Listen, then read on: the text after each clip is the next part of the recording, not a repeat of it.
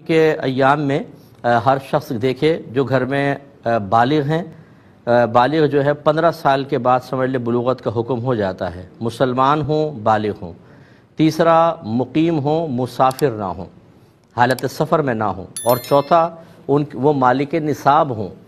اور یاد رکھیں قربانی کا نصاب یہی ہے کہ قربانی کے ایام میں جس کے پاس مال کسی بھی شکل میں ہو 52.5 تولہ چاندی کی قیمت تک پہنچ جائے اس پہ قربانی لازم ہو جائے گی۔ لہٰذا اگر تھوڑا سا سونا پڑا ہوا ہے جس کی آپ نے قیمت معلوم کی وہ 52.5 تولہ چاندی کے برابر بن رہی ہے، جو آج کل 45-50,000 تک ہو جائے گی، ریٹ اوپر نیچے ہوتے رہتے ہیں، آپ معلوم کر لیجئے گا سونار سے کہ 52.5 تولہ چاندی کتنے کی بنے گی، وہ آپ کو بتا دیں گے۔ تو چونکہ یہ روزانہ تقریباً اوپر نیچے ہوتا ہے اس لیے میں ایکوریٹ نہیں بتا رہا،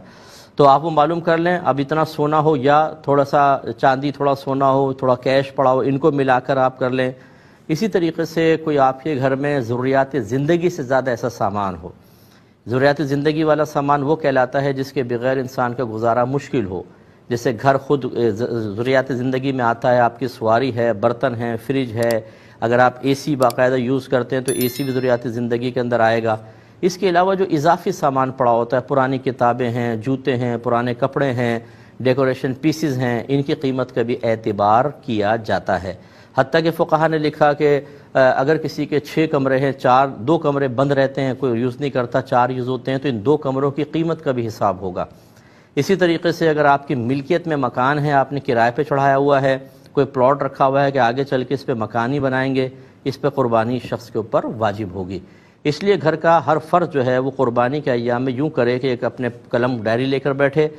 جتنا اس کے پاس سونا ہے وہ لکھے، چاندی، روپیہ،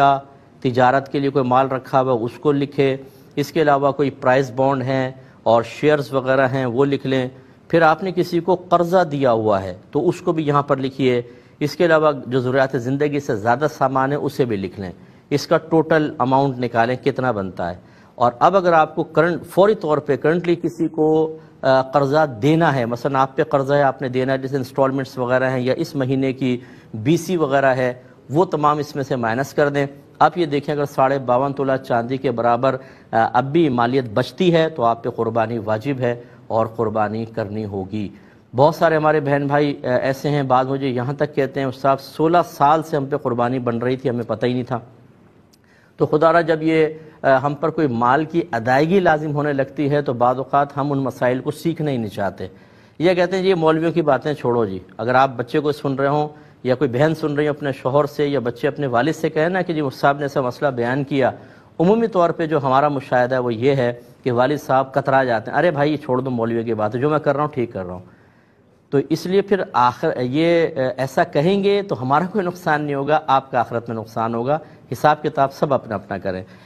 تو آپ کی خدمت میں گزارش کر رہے تھے کہ تھوڑا سا اپنے نفس سے مقابلہ کیجئے، آپ اپنا ہر شخص اپنا احتساب کرے اور خود اپنا اپنا حساب کرے۔ مثال کے طور پہ گھر میں والد صاحب ہیں، زوجہ ہیں، 4 بیٹے بالغ ہیں، 2 بیٹیاں بالغ ہیں اور بہویں ہیں ہر بیٹے کی، تو بہویں اپنا اپنا حساب کریں، لڑکے اپنا اپنا حساب کریں گے، بیٹیاں اپنا حساب، زوجہ اپنا حساب اور شوہر اپنا حساب کریں گے، اور پھر دیکھیں گے جس جس پہ قربانی واجب ہے انہیں قربانی کرنی ہوگی۔ تو یہ ہو سکتا ہے کہ آپ کے گھر میں ہر سال 1 قربانی ہوتی ہو، آپ اپنے حساب سے کر رہے تھے، لیکن جب آپ حساب کریں گے تو آپ کو پتہ چلے گا کہ ہمارے گھر میں تو ہر سال 4 قربانیاں بنتی تھیں، 5 قربانیاں بنتی تھیں، 6 قربانی بنتی تھیں، تو اس کا مطلب ہے کہ جو 6 بنتی تھیں اور آپ 1 کر رہے تھے تو ان 6 کا وبال آپ پر ہوگا، یعنی 5 کا وبال ہوگا، اور جس نے واجب ترک کیا گناہگار ہوگا۔ تو یہ اچھی طرح حساب کر لیجئے گا۔ اسی کو لے